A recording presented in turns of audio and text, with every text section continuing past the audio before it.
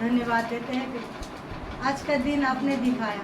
सच में परमेश्वर, इस good Friday के सुंदर से अवसर पर आपने जो हमें आपके शब्दों का बोलने का अधिकार दिया है प्रभु, आपको सच में धन्यवाद देते हैं, क्योंकि जीवन जल आप ही हो, पवित्र आत्मा आप ही हो परमेश्वर। जैसे अभी अभी हम सब ने देखा है की प्रभू सगळ्यात पहिले काय म्हटलं, प्रभूने सगळ्यांची क्षमा केली। दुसरा शब्द, आज देव बोलला की तू माझ्याबरोबर सुखलोकात असशील।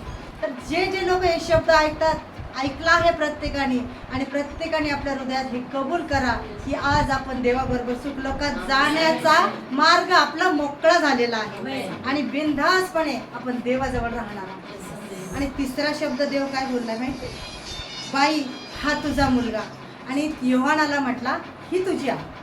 ठीक आहे, हे जगातले आपले जे नाते आहेत ते फक्त आणि फक्त रक्त मांसाचे आहे, आणि जो देवाबरोबर आपला नातं जोडलेलं आहे ते आत्म्याचं नातं आहे। आणि आज आपण तो शब्द ऐकला आणि आपलं नातं देवाबरोबर जोडलं गेलेलं आहे। चौथा शब्द, हे देवा माझा त्याग तू का केलेला आहेस? कारण का त्याग केला? कारण तो देवाचा पुत्र असूनही मनुष्य रूप धारण करून या जगात आलेला होता, आणि आपले सगळ्यांचे पाप त्याच्यावर होते, आणि ह्या पापाचं वेतन काय होतं? मरण। आणि ते वेतन येशूला मिळालं, आणि येशूने आपल्या पापांचं सगळ्याचं वेतन घेऊन गेला। आणि आपण पाचवा शब्द हा ऐकणार आहे, हे देवा हे मला तहान लागली आहे। हा खूप मोठा प्रश्न आहे की देव असून त्याला कशाची तहान लागली? त्यांनी समुद्र निर्माण केला, त्यांनी नद्या वाहिल्या, कारण त्याचं वचन सांगतं की जी कोरडी भूमी आहे त्याच्यावर सुद्धा मी नद्या वाहणार आहे। खरंच देव तू हे करू शकतो, म्हणून आज आपण देवाच्या चरणी आश्रय घेऊया आणि देवाला म्हणूया। पाचवा शब्द सुरू करण्याच्या अगोदर मी तुम्हाला एक स्तुती आराधनेचं गीत देवाला समर्पित करू, आणि मग त्याच्यानंतर हा पाचवा शब्द ऐकू की देवाला नेमकी कशाची तहान लागली होती। तो तर समुद्र निर्माण करणारा परमेश्वर। Thank you Jesus. यीशु मुझे अपने पंखों में छुपा ले, सीने से लगा ले के और मेरा कोई नहीं। हो यीशु मुझे अपने पंखों में छुपा ले, सीने से लगा ले के और मेरा कोई नहीं, के और मेरा कोई नहीं, के और मेरा कोई नहीं। हो यीशु मुझे अपने पंखों में छुपा ले, सीने से लगा ले के और मेरा कोई नहीं। बचना से अपने तो मुझको सजा दे, अपनी राहों पर चलना सिखा दे। बचना से अपने तो मुझको सजा दे, अपनी राहों पर चलना सिखा दे। यीशु तूने मुझ में है प्यार जगाया, नफरत को मिटाया, के और मेरा कोई नहीं। ओ यीशु मुझे अपने पंखों में छुपा ले, सीने से लगा ले के और मेरा कोई नहीं, के और मेरा कोई नहीं, ये और मेरा कोई नहीं। तेरे अलावा सच में इस दुनिया में कोई नहीं है। तेरा वचन कहता है मेरे परमेश्वर कि मैं जंगलों में तेरे लिए रास्ता निकालूंगा और सूखी नदियों पे नदियां बरसाऊंगा। Thank you Jesus. धन्यवाद।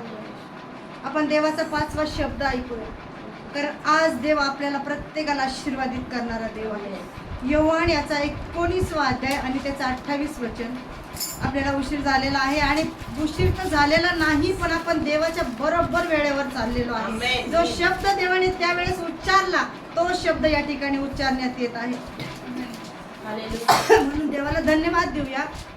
आपण छोटे आणि लहान जरी असलो पण देवाच्या आज्ञेत चालत आहोत, देवाच्या वेळेमध्ये आपण थँक्यू जीसस. मी सगळ्यांसाठी हा वचन वाचत आहे. यानंतर येशूने सर्व गोष्टी पूर्ण झाल्या आहेत हे जग जाणत असता शास्त्र लेख पूर्ण व्हावा म्हणून म्हटले, मला तहान लागली आहे. ठीक आहे, येशू देवाचा पुत्र होता आणि स्वतः लोकांना पाणी देत होता. तो स्वतः समुद्र होता. समुद्राच्या लाटा त्याच्या शब्दाने थांबत होत्या. तर मग येशूला कोणती तहान लागली होती? हा खूप मोठा प्रश्न आहे की तो जगाचा निर्माण करता आहे, त्याला कुठली तहान लागली होती? कारण बायबलमध्ये लिहिलेलं आहे की जीवनाचा झरा परमेश्वर आहे. जो माझ्याकडे येतो त्याला जिवंत पाट्याच्या मधनं जिवंत पाण्याच्या नद्या वाहतील. हे बायबलचं वचन आहे. जर आपण येशू जवळ जातो तर आपल्या जिवंत पाण्याच्या नद्या आपल्या जीवनातून वाहतात. आणि जर आपण येशूला ओळखलेलं आहे तर येशू म्हणतो की तुम्ही त्या पाण्यामध्ये लावलेल्या हिरव्यागार झाडासारख्या. मग तो कशाचा तहानेला झाला होता? हा खूप मोठा प्रश्न आहे. आणि जे लोक देवाला ओळखत नाही ना ते म्हणतात, अरे यांनी सगळ्यांच्या पापाची क्षमा केली, एवढा मार खाल्ला तेव्हा त्याला तहान नाही लागली, पण वधस्तंभावर गेला तेव्हा त्याला तहान लागली. कदाचित तो थकला असेल, त्याला मार लागला असेल ना, म्हणून त्याला तहान लागली. पण नाही, हे खरं नाही आहे. माझ्या देवाला, माझ्या प्रभूला तारणाची तहान लागली. शास्त्रलेख पूर्ण होत आला होता. त्यांनी प्रत्येकाच्या पापाची क्षमा केलेली होती आणि माझा देवाची एकच इच्छा होती. आणि एक मोठी गोष्ट माहिती, येशू नेहमी देवाजवळ प्रार्थना करायचा. 4 लोकांमध्ये असो, एकटा असो, कुठेही असो, निरंतर प्रार्थना करत होता. हे पाणी त्यांनी जैगिक लोकांना नव्हतं मागितलं. हे पाणी जे होतं ना की मला तहान लागली, हा तो देवाशी बोलत होता की देवा मला ह्या लोकांच्या तारणाची तहान लागली आहे. बघा, हगारा जी होती अब्रामाची बायको होती. अब्रामाची बायको असताना त्याला त्याच्या जवळून जी मुलगा झाला होता, इसाक नाव होतं त्याचं, इस्माईल हे नाव होतं त्याचं. आणि जेव्हा त्याला तहान लागली होती, त्याचे हगारा त्याला जंगलात घेऊन खूप लांब फिरत होती. तिला काढून देण्यात आलं होतं. ती व्याकुळ झाली. तिचा मुलगा तहानेने फार मरायला लागला होता. त्याला इतका त्रास होत होता की ती आई त्या मुलाची वेदना पाहू शकली नाही. तिने स्वतःजवळ लांब टाकून दिलं आणि ती देवाजवळ रडायला लागली. देवा मला हिचं दुःख सहन नाही होत, या लेकराचं दुःख सहन नाही होत. तर माझ्या देवाने तिथं देवदूत पाठवला आणि तिथं माहितीये देव तो चमत्कारी आहे हो. तो एक ग्लास पाण्याने सुद्धा तिची तहान भागू शकत होता. कदाचित पाऊस पाडून त्या लेकरावर पाऊस पाडून त्याची तहान भागू शकत होता. पण देवाने असं केलं नाही. तिथं देवाने त्या लेकरासाठी विहीर केली. कारण लाईफ टाईम त्या मुलाने पाणी प्यावं. थोड्यापुरता देव नाहीये आपला. देव कायम स्वरूपी आहे. तो आजच्या पुरता आज देव नाहीये, तो कायम स्वरूपी देव आहे. आणि विहीर जिवंत पाणी देणारा परमेश्वर आहे. आणि यरीहोच्या भिंतीवर देव तिला शंभरोनी स्त्रीची वाट पाहत होतो. जर त्या देवाजवळ इतकं पाणी होतं तर त्या देवाला फक्त आणि फक्त आपल्या तारणाची तहान लागली होती. म्हणून ती तहान आपल्यामध्ये आपल्यामध्ये उत्पन्न व्हावी म्हणून देवाने ह्या 7व्या शब्दात लिहिलेला आहे, 5व्या शब्दात लिहिलेला आहे की देवा जशी मला लोकांच्या तारणाची तहान लागली आहे तशी माझ्या प्रत्येक सेवकाला ती तहान लागू दे. प्रत्येक माझ्यावर विश्वास ठेवणाऱ्याला ती तहान लागू दे. म्हणून आज आपण या गुड फ्रायडेच्या दिवशी प्रत्येकाने हा निर्णय घेतला पाहिजे की देवा मला तुझ्या राज्याच्या वाढीची तहान लागू दे. देवा मला तुझ्या वचनाची तहान लागू दे. देवा मला तुझ्या स्तुती आराधनेची तहान लागू दे. देवा मला जे भटकत आहेत आत्मे त्यांना तुझ्या जवळ येण्याची तहान लागू दे. ही जर आज आपण अपेक्षा बाळगली तर खरंच देवाकडून आपली ती तहान भागली जाईल. जसे परमेश्वराने त्याची तहान भागवली आणि आपल्याला तृप्त केलं, जिवंत पाणी दिलं आणि आज त्या जिवंत पाण्याने आपण आतमधून शुद्ध आहोत.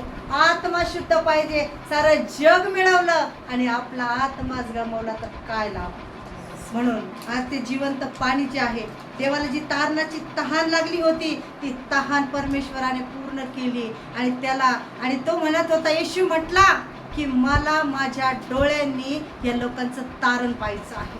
कारण तो शारीरिक रूपमध्ये लोकांचं तारण पाहू शकत नव्हता. कारण प्रत्येक जग त्यावेळेस पण पापात होतं आणि आज पण पापात आहे. देवाला कोणी समजून घेण्याची इच्छा बाळगली नाही. देवाजवळ कोणी येण्याचं असं प्रयत्न केला नाही की सत्य काय आहे. कारण देवाचं वचन सांगतं की सत्य तुम्हाला कळेल आणि सत्यच तुम्हाला स्वतंत्र करेल. जोपर्यंत आपण सत्य समजून घेत नाही तोपर्यंत आपण स्वतंत्र होत नाही. आज इथं बसलेल्या प्रत्येक व्यक्तीची त्या वधस्तंभावरील जी येशूची तहान होती ती तहान आज इथं भागवली गेलेली आहे. आपल्याला प्रत्येकाला तारण मिळालेलं आहे, जीवन मिळालेलं आहे. आपण आज आनंदी आहोत. आज आपण हॉस्पिटलमध्ये नाही, कारण इथं येशूने देवाला प्रार्थना केली होती की देवा मला तहान लागली आहे. त्याचं पाणी देवाने त्याला आपल्या जीवनाचं पाणी दिलं, म्हणून आपण आज सगळे तृप्त इथं बसलेलं आहोत. कोण इथं असं आहे ज्याच्या जीवनात खूप दुःख आहे, बिलकुल आनंद नाहीये? असं कोणीच नाही. कारण जे देवाजवळ येतं त्याच्या मधनं जिवंत पाण्याच्या नद्या वाहतील, हे बायबल मध्ये लिहिलेलं आहे. बायबलचा एक एक कानाकोपरा सत्य आहे. आजपासून तर जोपर्यंत आपण जगत आहोत तोपर्यंत आपल्या जीवनातून जिवंत पाण्याच्या नद्या वाहिल्या पाहिजे, तरच आपला देव संतुष्ट केला. देव बाप्पा, तू ही संधी मला दिलेली आहे आणि तो तारणाच्या मुकुटासाठी तो आज इथं आम्हाला नियुक्त केलेला आहे. आणि प्रत्येकाबरोबर तू बोलत आहेस माझे प्रभू. माझ्या तुटक्या फुटक्या शब्दांना तू कबूल केलेला आहे. त्यासाठी तुझ्या नावाला धन्यवाद देते, तुझे आभार उपकार मानते प्रभू. मी खरंच म्हणेन, तू मेरे जीवन की रोटी है, तू मेरे जीवन का पानी है, तू मेरे जीवन की रोटी है, तू मेरे जीवन का पानी है.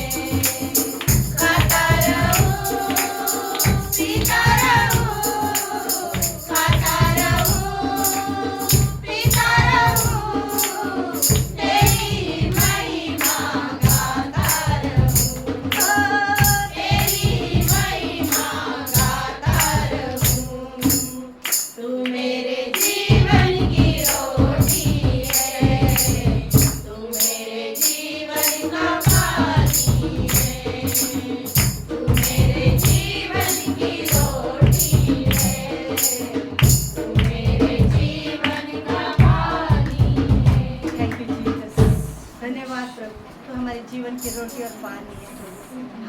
हर पल हम हर समय हमें तेरे साथ की और तेरे प्यार की जरूरत है, और तू हमारे साथ रहता है. तेरा धन्यवाद. सारा आदर मान महिमा गौरव तुझे देते हुए यीशुआ के नाम से मांगते हैं, सुन और कबूल कर. आमीन.